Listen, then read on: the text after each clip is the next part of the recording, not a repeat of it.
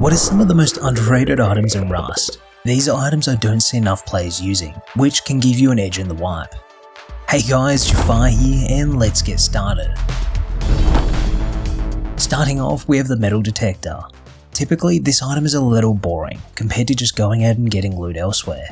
However, the deep sea changes that.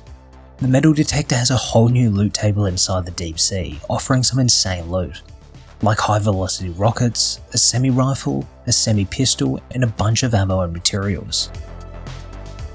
If you go into the deep sea, you might as well take a metal detector with you to grab yourself some spare guns and ammo. Before doing so, accept the mission in the outpost, which offers a 100 scrap reward for uncovering and returning the buried treasure in the deep sea with the metal detector. I'm always carrying around with me a small stash if I have anything of value. The second you find yourself in a bad position or one you might end up dying, find a hidden spot, place down your stash, put in your valuables and bury it. Take a Steam screenshot of the location so you don't forget it. This has saved me so many times and is great for farming away from your base, as you can make checkpoints without having to hold the whole farm on you. I rarely ever see people using smoke grenades. Most of the time you can use a barricade to hide yourself. However, smoke can be great in any situation where you need to reach an advantageous position that the enemy is holding. This might be in a house raid where you need to move up to secure a doorway, or completely block out the view of your enemy. Not enough people are actually utilising the teas every wipe. People just don't want to put in the effort of gathering berries and building a mixing table. However, if you decide to do so, you'll be at a massive advantage. You can increase your health, maximise your farming, or even just get more scrap from barrels.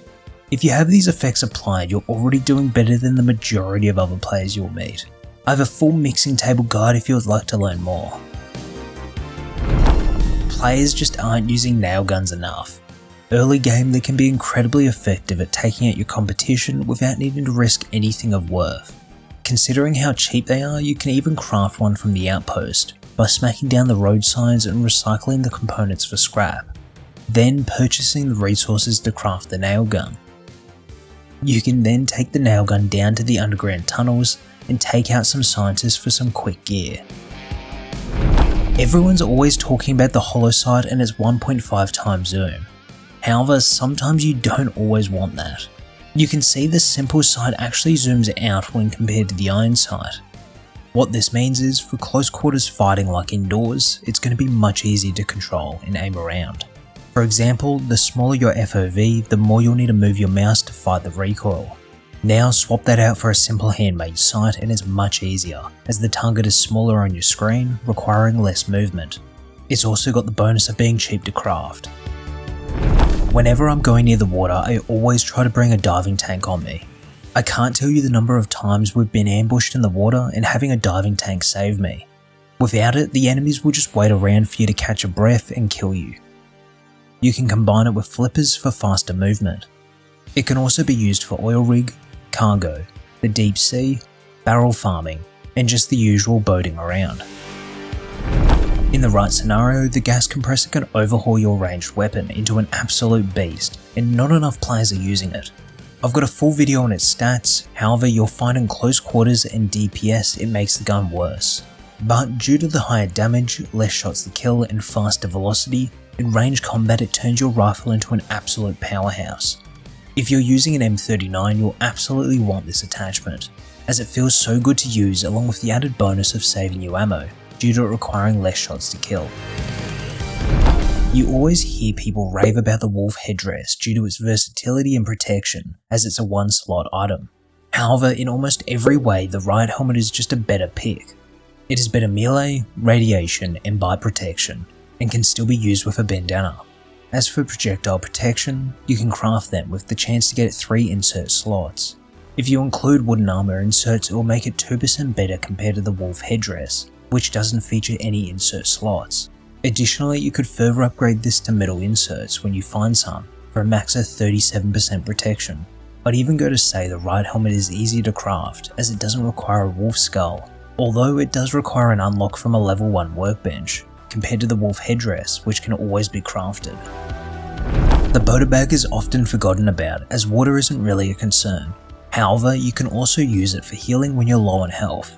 Drinking any water source will heal you back up to a max of 45 health, so if you've been attacked, don't waste bandages or food, and instead take a swig of the Bota Bag to heal up to half health. It can also be used to reduce radiation from monuments, thanks to the water taking away radiation buildup. Considering it's only 10 cloth, it's a cheap investment that will pay off in saving you bandages over time. These tiny spike traps are not used enough. They're super cheap to craft and small enough to blend right into the grass.